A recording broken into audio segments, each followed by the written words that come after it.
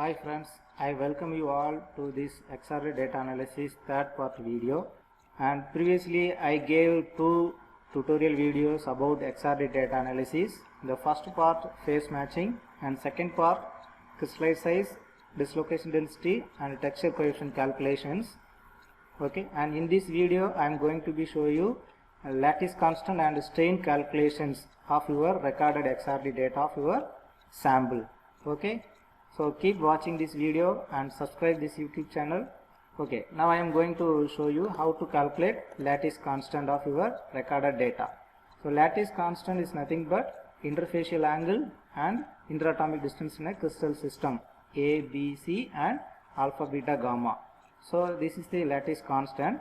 So in order to get this lattice constant, we need plane value HKL and peak position 2 theta and D spacing. From these three values we can calculate lattice constants using these 7 crystal systems. Okay, manually we can calculate. So without knowing D spacing and HKL value, we can't calculate the lattice constant.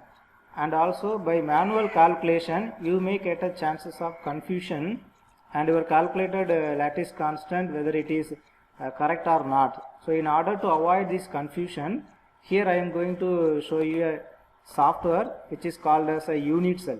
It's a very simple and easy software. So from this software you can easily calculate lattice constant of your recorded XRD data of your sample. So that software available in these two links.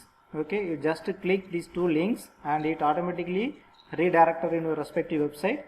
From that website you can download that software, and also that software is working without installations.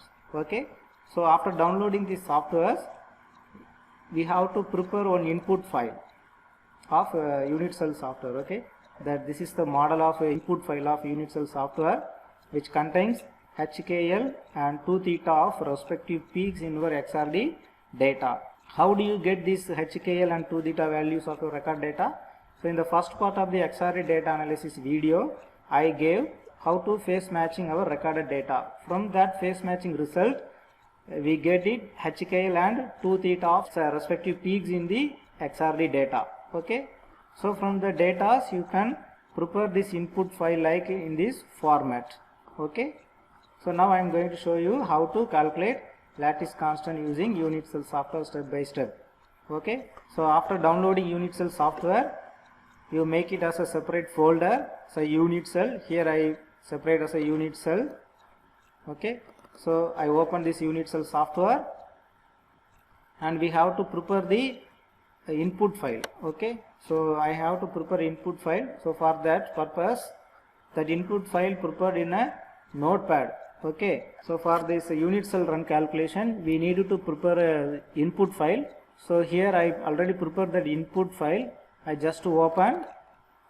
So this is the input file of my XRD data HKL and 2 theta. So this is the format of input file which is used to run the unit cell software. And one more thing is you have to note it here, and we need more than 4 peaks to calculate lattice constant using unit cell software. Okay, more than 4 peaks we needed to calculate lattice constants. Okay, so below that we can calculate, but the result is not accurate one. Okay, so after this input file entering, just you click file and save as, and here you choose the location of unit cell folder. Okay, so you must note it here that input file must save in that unit cell folder. Okay, so here I put sample 1 and save it. Okay, so after this input file preparation, you just click unit cell software, and this is the dialog box of unit cell software. So from this software, this is the input data, that our input data is 2 theta and lambda value. This is the X-ray irradiation source value. Okay, and here's the crystal system. So here you have to choose your sample crystal system. Okay, so in my data is a hexagonal, so I choose it hexagonal.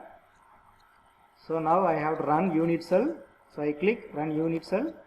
So it asks the input data file. So it automatically directed into the our unit cell folder. Okay, so here I have to select sample 1 and then open. Okay, so it gives the lattice constant of our data. Okay, so here I choose hexagonal system. So A equal to B and not equal to C. So A value is 3.2462 and C is the 5.2012, and here reciprocal lattice also we get it. Here we get HKL value, D spacing, observation and calculated. Okay, and also 2 theta observed and calculated. Okay, these are the things we are getting from the output file. So just to close it. Here is the output file. Just to click and open it. So this is the lattice constant of our XRD data. So see how it is very easy. So it's the very easiest and simple method to calculate the lattice constant of our recorded data. So this is the simplest and easiest method to calculate lattice constant of our XRD data of samples. Okay, so here you noted this A and C values. From these calculated C values, I am going to show you how to calculate strain. Okay, so now I am going to calculate the strain. So strain is nothing but C minus C0 divided by Z0 into 100. So it's a percentage. So C is the calculated lattice constant and Z0 is the reference lattice constant. Okay, so C is the calculated lattice constant and C0 is the reference lattice constant. This C0 values we get it from the phase matching result. So that I showed in the tutorial first part of XRD data analysis. Okay, so here I take the calculated and reference lattice constant. So it's a hexagonal system. So you may choose any one of the lattice constant to calculate strain. Here I choose Z. Okay, after substituting this lattice constant value in this formula, we get the strain. So the strain calculated strain value is minus 0.082. Okay, so from this value we may get the result of how much strain induced in our crystal system of prepared sample. Okay, sometimes we are using different chemical routes and different conditions to prepare samples. How these are the conditions and different chemical routes imposed strain on our prepared samples. Okay, it may be compressed strain or tensile strains. Okay, so these are the results we may get it from the our XRD data of samples. Okay, so this is the simplest and easiest way to calculate lattice constant and strain. So from this video we can learn how to calculate lattice constant and strain calculations. So I hope this video is very helpful to beginners of researchers in materials science. Okay, so if you like this video, share to your friends also and like this YouTube channel and subscribe. Thank you.